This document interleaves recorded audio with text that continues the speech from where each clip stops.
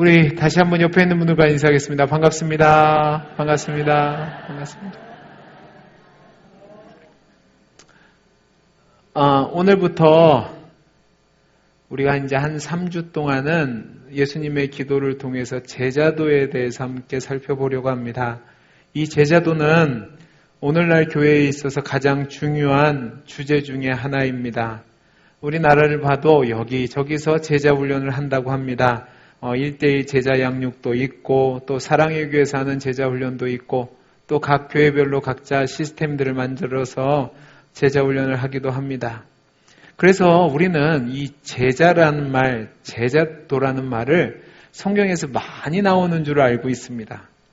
그런데 이 제자란 말을 성경을 살펴보면 신약에 264번이 나온다고 그래요. 근데 264번이 나오는데요. 오직 사복음서와 사도행전에만 있습니다. 이 제자들에게란 말이 서신서와 계시록에 18번 쓰이기는 하지만 그 외에는 그냥 인사할 때 쓰는 거지 다른 곳에서는 이 제자란 말이 표현되지 않고 있습니다.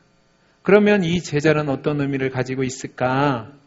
신약 성경에서 얘기하는 이 제자를요, 우리말로 번역하면 가장 잘 번역한 것이 도제라고 이야기할 수 있습니다. 이 도제는 무엇이냐면 어떤 사람에게 기술을 배우는데 단지 그 기술을 배우는 게 아니라 그 삶을 통해서 그 기술을 배우는 거죠. 그러니까 제자는 단지 학생이 아니에요. 그냥 어떤 지식을 얻는 것이 아니고 그 선생님을 통해서 보고 배우고 깨닫게 돼서 그 선생님의 사상을 이어받아서 그 기술을 전수받는 겁니다. 그러니까 제자들은 늘 스승과 함께 먹고 마시고 생활을 합니다. 그 먹고 마시고 생활하는 가운데서 기술도 익힐 뿐만 아니라 그 사람의 정신을 배우는 거죠. 제가 이걸 어디서 가장 정확하게 봤냐면요. 여러분이 아실 줄 모르겠는데 미스터 초밥업이라는 만화가 있습니다. 시간 되시면 보시면 되겠습니다. 다 하면 한 50권 정도 되는 것 같아요. 제가 그 만화만 10번을 봤는데요. 그 만화를 보면 초밥 하나를 배우기 위해서 한 집안에 들어가서 그 사람에게 사상을 전수받는 겁니다. 기술뿐만 아니라 생각을 전수받는 거죠. 마찬가지로 우리가 제자도라고 하고 제자라고 할 때 예수님의 제자라고 얘기할 때는 그냥 단지 성경을 공부하는 것이 아니라 예수님의 말씀을 내 삶에 적용시키고 그 말씀에 순종하며 주님이 원하시는 또 주님을 따라가는 자의 모습이 되는 겁니다. 저도 한 11년 전에 사랑의 교회에서 하는 그 제자훈련 교재로 제자훈련을 받았던 적이 있습니다. 목회자들이 모여서 했는데요. 15명이 처음에 제자훈련을 했습니다. 목사 15명이 모여서 제자훈련을 했으니까 얼마나 분위기가 험악스럽겠습니까? 다들 지가 잘났대요. 근데 저도 제가 잘남을 표현하기 위해서 얼마나 처음에는 애썼는지 모릅니다. 근데 1년 동안 공부하면서 이게 얼마나 힘들었는지 몰라요. 뭐냐면 성경도 암송해야 되죠. 큐티해야 되죠. 전도해야 되죠. 교회 사역을 나눠야 되죠. 새벽 예배 들어야 되죠. 생활 숙제해야 되죠. 매일 기도해야 되죠. 일주일에 한두 번씩 책 읽어서 리포트 내야 되죠. 와, 죽는 줄 알았습니다. 그러니까 처음에 15명이 시작했는데 졸업할 때 5명만 졸업했어요. 목사들도 5명만 졸업했습니다. 그러니까 얼마나 힘들게 했겠어요. 그런데 제가 그 제자훈련을 마치고 나서 느꼈던 건 뭐냐면 이게 진짜로 제자 된다는 게 쉽지 않구나. 그리고 예수님의 제자로 산다는 것이 그냥 단지 지식으로 끝나는 것이 아니라 삶을 드려야 되는구나 하고 배울 수 있는 시간이 됐습니다. 그래서 제가 앞으로 점점점 여러분들과 함께 교육도 하고 양육도 해서 결국 제자훈련을 함께 할 겁니다. 기대하시면 될 겁니다. 그러면 선전포고하는 겁니다. 그러면 어떻게 하면 우리가 제자도를 바로 알 수 있을까? 오늘 말씀을 보면 예수님이 이야기하시는 기도 내용 중에서 진짜 제자도가 뭔지에 대해서 기록하고 있습니다. 오늘부터 제가 앞에서 말씀드린 것처럼 3주 동안 제자도에 대해서 배울 건데 오늘 말씀이 그 앞으로 2주 동안 배울 것에 대한 기초 단초를 제공하는 내용입니다. 첫 번째, 제자도의 가장 큰 첫걸음은 무엇이냐면 아버지에게 속한 자들만 제자가 될 수 있다는 사실입니다. 우리 오늘 6절 말씀을 같이 한번 읽어보죠. 6절 말씀 같이 읽겠습니다. 시작. 세상 중에 내게 주신 사람들에게 내가 아버지의 이름을 나타내었나이다. 그들은 아버지의 것이었는데 내게 주셨으며 그들은 아버지의 말씀을 지켰나이다. 아멘. 여기 보면 뭐라고 예수님이 기도하시냐면 이 세상에 있는 모든 자들이 하나님 아버지께서 아들에게 주신 선물이라고 이야기하고 있습니다. 6절 말씀을 보면 그들은 아버지의 것이었는데 내게 주셨다라고 되어 있단 말입니다. 즉 이 얘기는 예수님의 제자들이 누구에게 속한 자들이었다는 거예요? 하나님에게 속한 자들이었다는 겁니다. 오늘 저와 여러분이 이 하나님에게 속하였다는 것을 살펴볼 건데 6절을 보면 그들이라고 얘기했다는 말입니다. 그럼 그들은 누굴까요? 여기서 나오는 그들은 예수님의 12제자입니다. 그런데 여러분 잘 보세요. 이 예수님의 12제자를 외양으로 평가하시면 안 되고 하나님께 속하였는데라는 말로 이들을 평가해야 됩니다. 왜 그런지를 오늘 말씀을 통해서 한번 살펴볼 겁니다. 여러분 하나님께 속하였다는 것이 얼마나 중요하냐면 이 하나님께 속하였다는 말은 하나님의 피조물이라는 사실을 전제로 하는 겁니다. 뭐를 전제로 한다고요? 하나님의 피조물이라는 말입니다. 성경은 이 세상의 기원을 아주 명확하게 설명을 합니다. 창세기 1장 1절을 보면 뭐라고 되어 있죠? 태초에 하나님이 천지를 창조하시니라라고 되어 있습니다.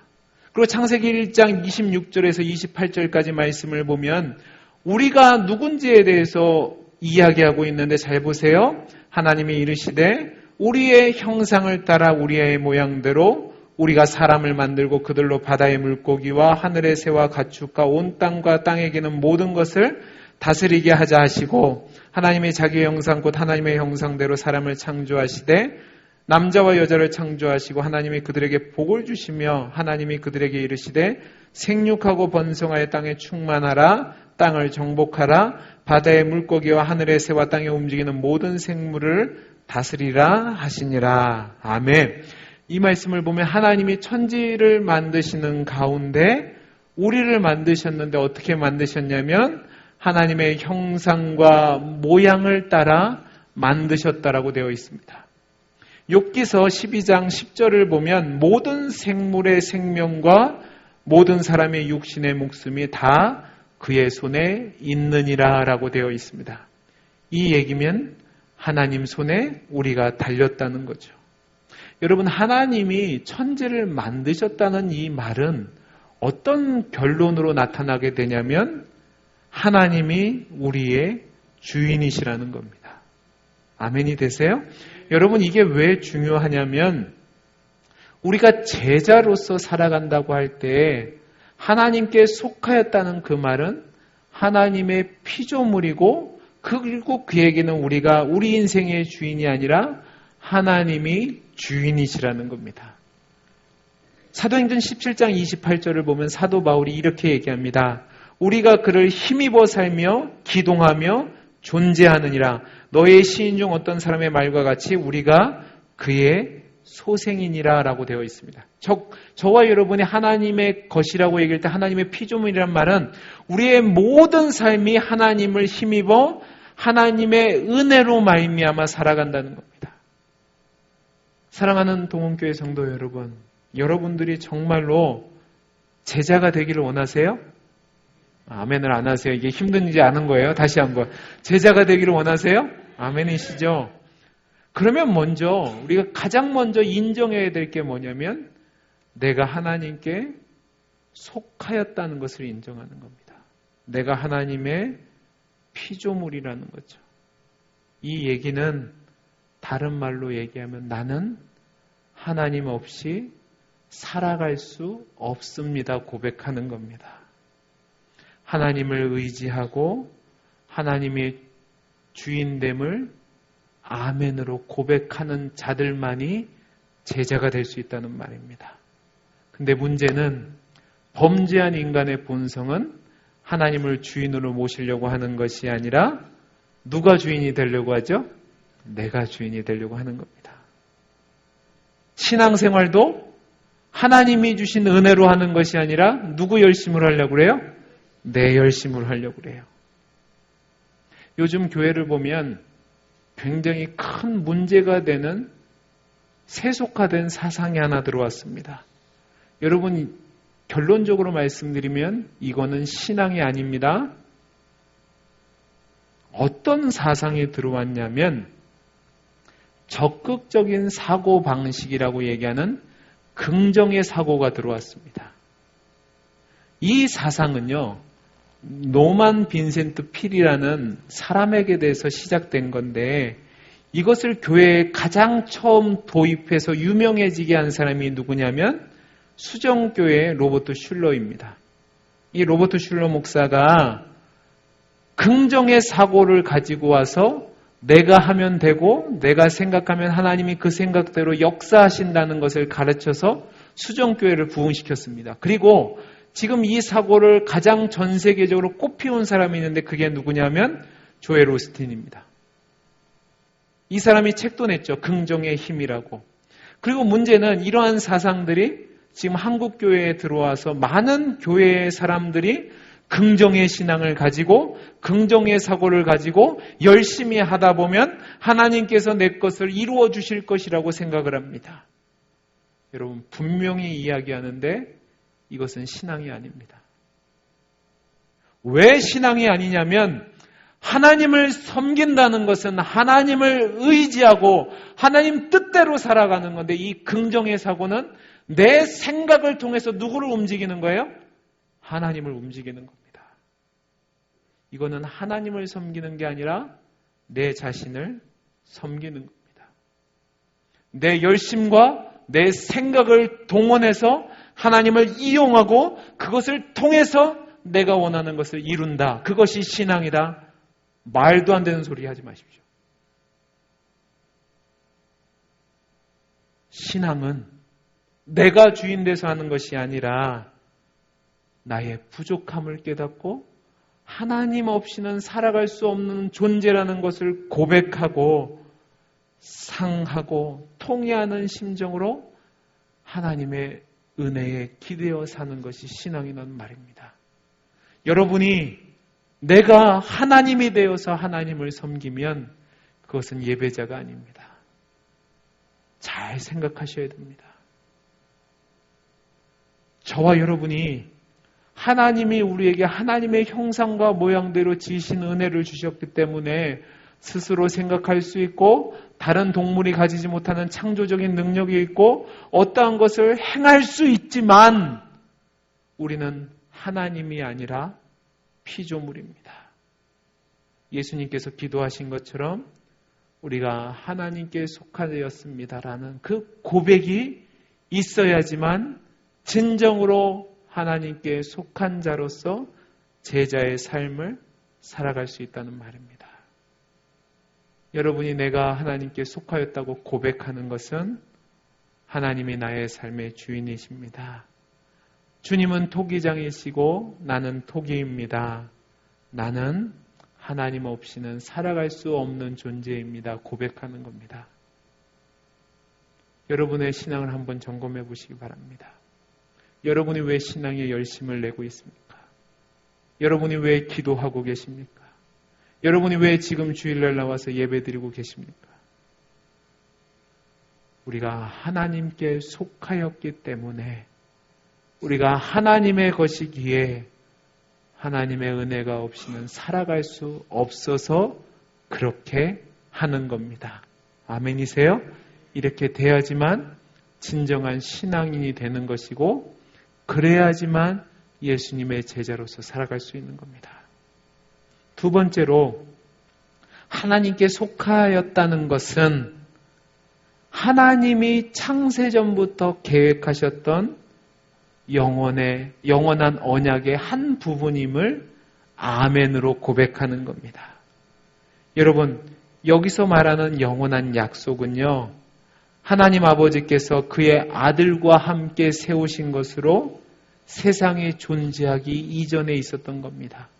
에베소서 1장 4절 말씀을 보면 곧 창세전에 그리스도 안에서 우리를 택하사라고 되어 있습니다. 즉 하나님이 창세전에 아들 되신 예수님과 저와 여러분을 위한 계획을 세우셨다는 말입니다. 그 계획 속에서 저와 여러분을 하나님이 선물로 누구에게 주셨다는 거예요? 누구에게 주셨다고요? 아들 되신 예수님에게 주셨다고요. 그래서 요한복음 17장 4절 말씀을 보세요. 이렇게 되어 있습니다. 아버지께서 내게 하라고 주신 일을 내가 이루어 아버지를 이 세상에서 영화롭게 하여 싸우니라고 되어 있습니다. 즉 예수님께서 말씀하신 아버지께서 내게 하라고 주신 일이 무엇이냐면 하나님께서 자기 자녀로 삼으시기로 택한 자들을 그리스도를 이 땅에 보내셔서 십자가에 죽게 하심으로 말미암아 죄를 없게 하시고 당신의 자녀로 입양하시는 것을 이야기하는 겁니다. 여러분 이게 왜 중요하냐면 저와 여러분을 택하신 것이 저와 여러분의 제가 지난주도 얘기했지만 모양과 꼬라지를 보고 선택한 게 아니라니까요. 이게 왜 중요하냐면 내가 어떠한 자격에 대해서 예수를 믿었다면 예수는 누가 선택하는 겁니까? 내가 선택하는 거예요. 맞죠? 그죠? 그러니까 내가 예수님을 거부할 수 있어요? 없어요? 잘 보세요. 내가 예수님을 선택했으면 내가 예수님을 거부할 수도 있어요? 없어요? 있죠. 그런데 창세전에 하나님의 영원한 계획 속에서 우리가 선택되어졌다면 하나님께서 그리스도와 맺은 언약은 깨어질 수 있습니까? 없습니까? 없죠. 그러니까 내가 지금 부족하고 연약해도 하나님의 자녀로서 확정된 것이 끊어져요? 안 끊어져요? 안 끊어지는 거죠. 문제는 세상 사람들이 이 사실을 믿지 않는다는 겁니다. 우리 성경을 한 군데 찾아보겠습니다. 마태복음 11장 25절에서 27절 말씀입니다.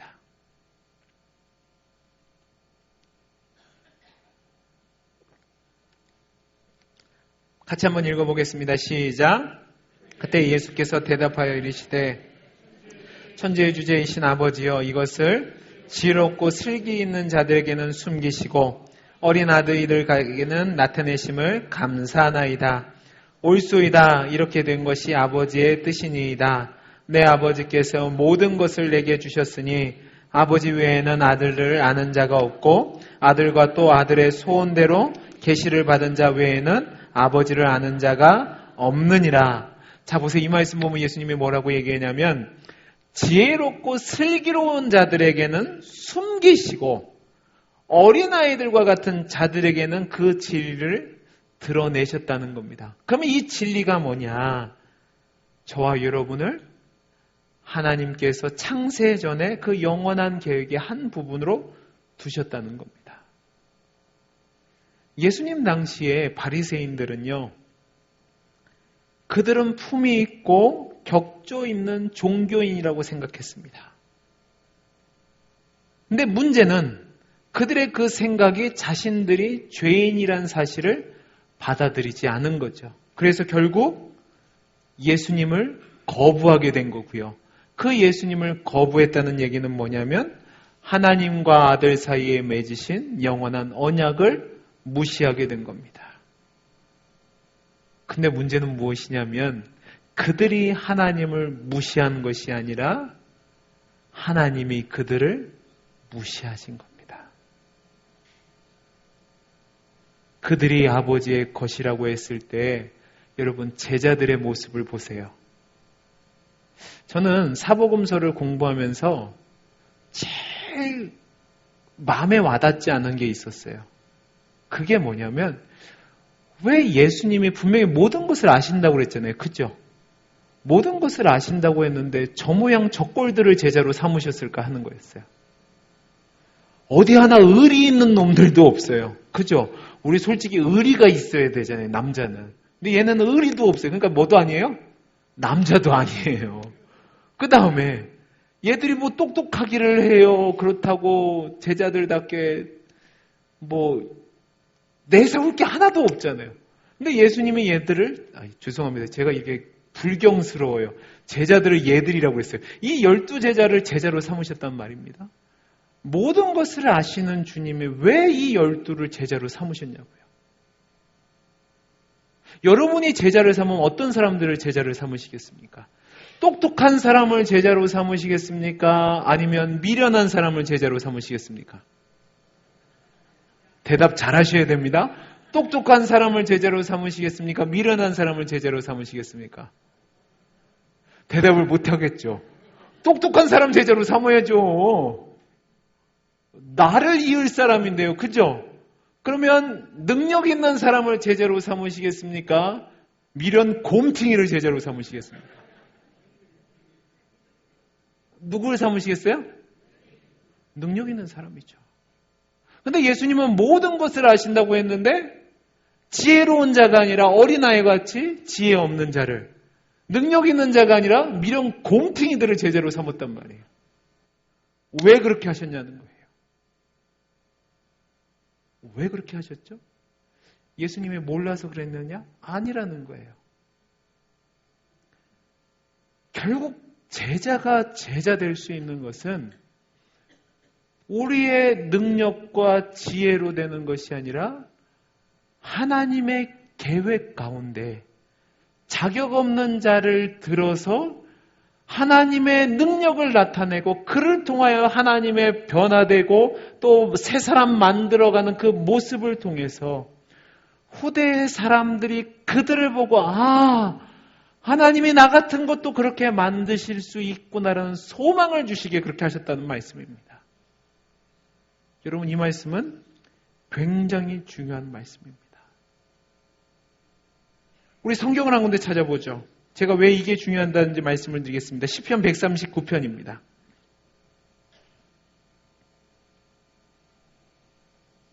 시편 139편 14절부터 한번 읽어보겠습니다. 14절부터 16절까지 같이 읽겠습니다. 시작. 내가 주께 감사하옴은 나를 지으심이 심히 기묘하심이라. 주께서 하시는 일이 기이함을 내 영혼이 잘 아나이다. 내가 은밀한 데서 지음을 받고 땅의 깊은 곳에서 기이하게 지음을 받을 때에 나의 형체가 주의 앞에 숨겨지지 못하였나이다. 내 형질이 이루어지기 전에 주의 눈이 보셨으며 나를 위하여 정한 날이 하루도 되기 전에 주의 책에 다 기록되었나이다. 아멘. 자, 보세요. 이 말씀은 하나님이 우리를 만드셨는데 하나님의 계획과 섭리 속에서 만들었다는 말입니다. 여기서 중요하게 봐야 될 말이 뭐냐면 나를 위하여 정한 날이란 말입니다. 이 나를 위하여 정한 날이란 말은 운명론이나 결정론을 말하는 것이 아니고요. 항상 하나님께서 우리에게 가장 좋은 것을 주시기 위해서 세우신 완전한 계획을 얘기하는 겁니다. 그러니까 하나님의 완전한 계획이 있으니까 내가 잘못된 부분이 있고 내가 죄악된 부분이 있고 내가 모자란 부분이 있다 할지라도 하나님께 드려질 수 있고 하나님이 그런 나를 통해서 하나님의 계획들을 이루어 간다는 겁니다. 여러분, 이 말씀이 얼마나 중요한 말씀이냐면 여러분들 중에 스스로 열등감을 가지신 분들이 있을 수 있습니다.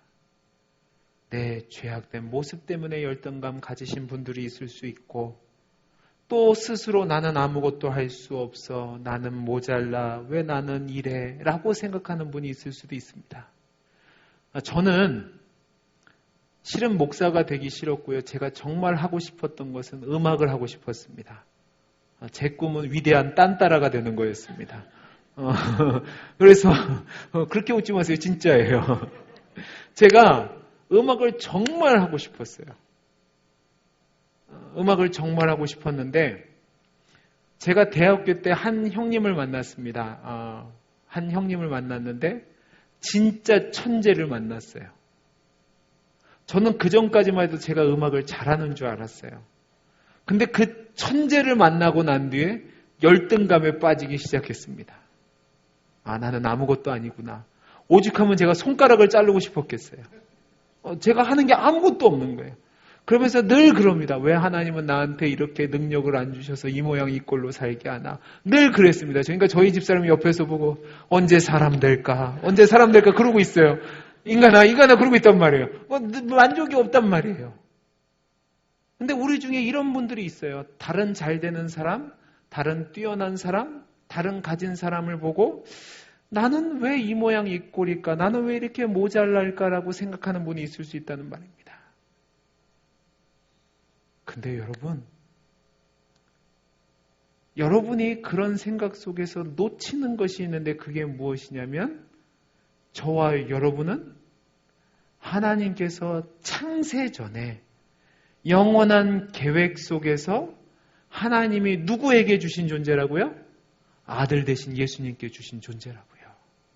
그리고 그 아들 되신 예수님께 주시는 그 순간부터 하나님이 정한 날을 두셨는데 그것이 무엇이냐면 하나님이 원하시는 가장 좋고 선하신 계획 속에서 저와 여러분을 만들어 가시고 세워 가시고 주님의 일을 위해서 사용하신다는 말입니다. 아멘이 되세요? 아멘 되셔야 됩니다. 여러분 살아오시면서 신앙생활을 보셔서 알겠지만 자부심을 갖고 신앙생활하기보다는 내가 얼마나 부족한지, 얼마나 무지한지, 얼마나 모자란 자인지를 늘 자각하며 살아갑니다. 그러니까 날마다 실패하는 내 모습 때문에, 부족한 내 모습 때문에 좌절에 빠지죠. 하면 될 것 같아서 해봤는데 전에는 되었다고 생각했는데 이제는 안 되는 거죠. 내가 열심히 살기로 뜻을 정했는데 열심히 노력해보면 잘 돼야 되는데 하루도 지나지 않아서 옛날 모습으로 돌아가는 내 모습을 보면 답답하죠. 그러면서 우리 마음속에 나는 진짜 하나님이 택한 사람이 아닌가 보다라고 생각할 수 있다는 말입니다. 그래서 포기하고 싶은 생각이 들 때도 있다는 말입니다. 그러나 성경은 뭐라고 얘기하냐면 여러분의 그 모습을 다 아시는 하나님께서 창세 전에 저와 여러분을 영원한 언약의 한 부분으로 택하셔서 그리스도에게 속한 자로 주셨다고 말씀하는 겁니다. 여러분 성경을 보면 하나님은 의인을 부르고 지혜로운 자를 부르는 것이 아니라 죄인 되고 어리석고 연약하고 미련한 자들을 부르십니다. 아무것도 할 수 없는 무능한 존재지만 하나님이 창세전에 택했다는 그 사실 때문에 우리가 다시금 힘을 내어서 예수님의 제자로서 살아갈 수 있는 거죠. 여러분은 모자란 사람이 아닙니다. 여러분은 하나님의 영원하신 언약을 한 부분, 한 귀퉁이를 감당하는 귀한 존재라는 겁니다. 내 모습, 내 꼬라지가 아무것도 아닌 것처럼 보인다 할지라도 하나님은 그런 저와 여러분을 들어서 하나님의 뜻을 이루어 가신다는 말입니다. 그러니까 여러분이 세상의 기준으로 보면 쓸모없어 보이고 어린아이와 같은 존재로 보이고 실패자처럼 보이지만 우리가 이 주님의 기도 속에서 주님이 하신 말씀의 뜻을 깨닫게 된다면 세상의 비관주의나 패배주의에서 벗어날 수 있습니다. 내가 성공하지 못했다고 낙심하거나 좌절하지 않습니다. 내가 풍요롭지 못하다고 해서 세상의 복을 누리지 못한다고 해서 안달복달하지 않습니다. 그리고 내가 연약하다고 해서 좌절하지 않습니다. 왜냐하면 저와 여러분이 누구에게 속한 자예요? 하나님에게 속한 자이기 때문에 그렇습니다. 그냥 속한 자가 아니라 창세 전에 우리의 이 모습을 다 아시고 하나님이 그 좋은 것을 주시기 위해서 영원한 언약 가운데 세우셨다는 말입니다. 성경을 보면 참 감사한 게 잘난 사람이 잘난 일을 하지 않습니다. 못난 자가 하나님의 역사하셔서 잘난 일을 해냅니다. 그래서 어떤 분은 성경을 아이러니의 역사라고 얘기합니다. 여러분 예를 들어보겠습니다. 에서가 더 좋은 사람일까요? 야곱이 더 좋은 사람일까요? 대답을 해보세요. 제가 어려운 질문 안 했잖아요. 에서가 더 좋은 사람일까요? 야곱이 더 좋은 사람일까요? 에서가 인간적으로 볼 때 더 낫습니다. 근데 하나님은 누구를 들어 쓰세요? 야곱을 들어 쓰십니다. 우리가 다윗 하지만 다윗은요, 아버지도 인정하지 않았습니다. 다윗보다 더 뛰어났던 엘리압이라는 큰아들이 있었습니다. 오죽하면 선지자가 딱 그를 보고 아, 저 사람 맞구나라고 얘기할 정도입니다. 근데 하나님은 뭐라고 했어요? 사람들은 겉모습을 보지만 나 여호와는 뭐를 본다고요? 중심을 본다고요. 예수님이 12제자를 택하셨을 때 겉모습 보고 택하신 게 아니라 하나님께서 창세전에 그들을 택하셔서 자기에게 주신 것을 아멘 하시고 받아들여서 그 모자르고 연약한 자를 만들어서 그 제자를 되게 하신 겁니다. 그리고 동일하게 저와 여러분이 비록 모자라 보이지만 어리석어 보이지만 하나님의 능력을 나타내시기 위해서 들어서 사용하신다는 사실입니다. 저와 여러분은 하나님께 속한 자입니다. 아멘이시죠? 그 아멘이란 말 속에는 내가 하나님의 피조물입니다. 하나님의 나의 주인이십니다. 라고 고백하는 겁니다. 또 하나, 저와 여러분이 하나님께 속하였다고 말하는 것은 하나님의 영원한 계획 속에서 하나님이 나를 그 영혼의 한 언약의 부분으로 부르셨다는 것을 믿음으로 고백하는 겁니다. 그래서 내가 비록 부족하고 연약하지만 나를 들어 하나님의 영광을 나타내실 하나님의 기대어 성도로서 한 발자국, 두 발자국 오뚜기같이 넘어졌다, 일어났다, 넘어졌다, 일어났다 하면서 성도의 삶을 살아내는 겁니다.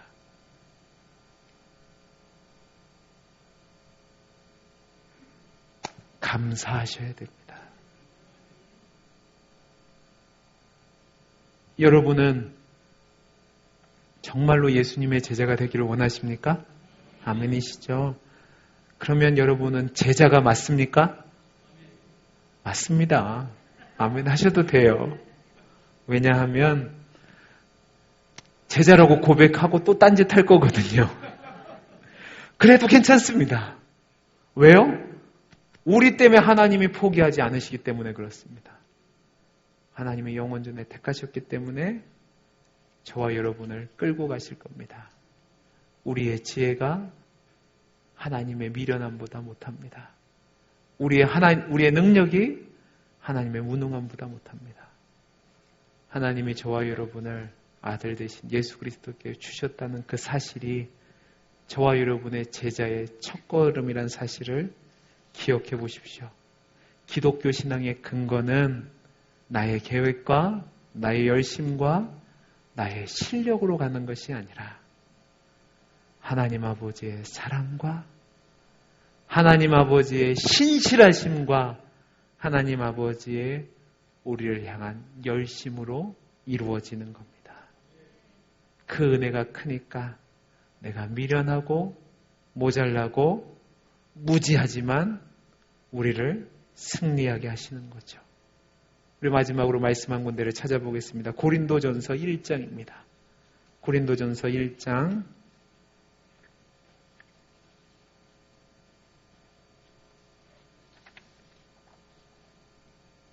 23절부터 29절 말씀 보겠습니다. 23절부터 29절까지 우리 같이 읽습니다. 시작. 우리는 십자가에 못 박힌 그리스도를 전하니 유대에게는 거리끼는 것이요 이방인에게는 미련한 것이로되 오직 부르심을 받는 자에게는 유대인이나 헬라인이나 그리스도는 하나님의 능력이요 하나님의 지혜니라.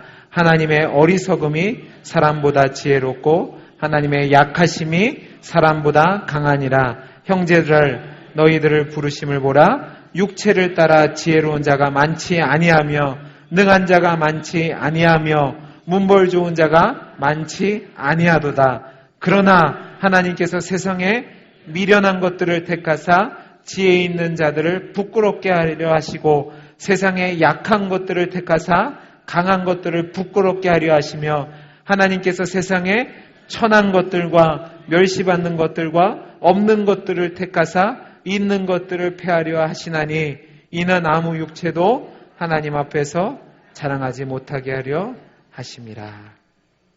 아멘이시죠? 네.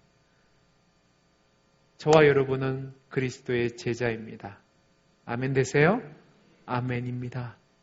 왜냐하면 하나님 아버지께서 저와 여러분을 창세전에 아들 되신 예수님께 주셨기 때문에 그렇습니다. 그 사실을 인정하시고 하나님을 나의 주인으로 모시고 내가 주인이 아니라 하나님의 뜻에 따라 살아가시며 또 내가 비록 부족하고 연약하고 모자란 모습이 있지만 나를 능하게 하실 하나님의 능력을 기대하며 소망하며 성도로서 제자로서의 삶을 사는 저와 여러분이 되기를 간절히 소원합니다. 기도하겠습니다. 사랑이 많으신 하나님 아버지, 미련하고 연약하고 부족하지만 하나님께서 창세전에 택하셔서 제자로 살게 해주시니 감사를 드립니다. 우리를 그리스도에게 주셔서 결국은 제자로 만들어 주실 하나님의 열심을 믿습니다. 그 열심과 그 신실함에 기대어 오늘 하루도 부족하지만 제자로서 살아가는 우리 모두가 되게 해 주옵소서. 은혜 주시기를 소원하며 사랑 많으신 예수님 이름으로 기도하옵나이다. 아멘. 다 함께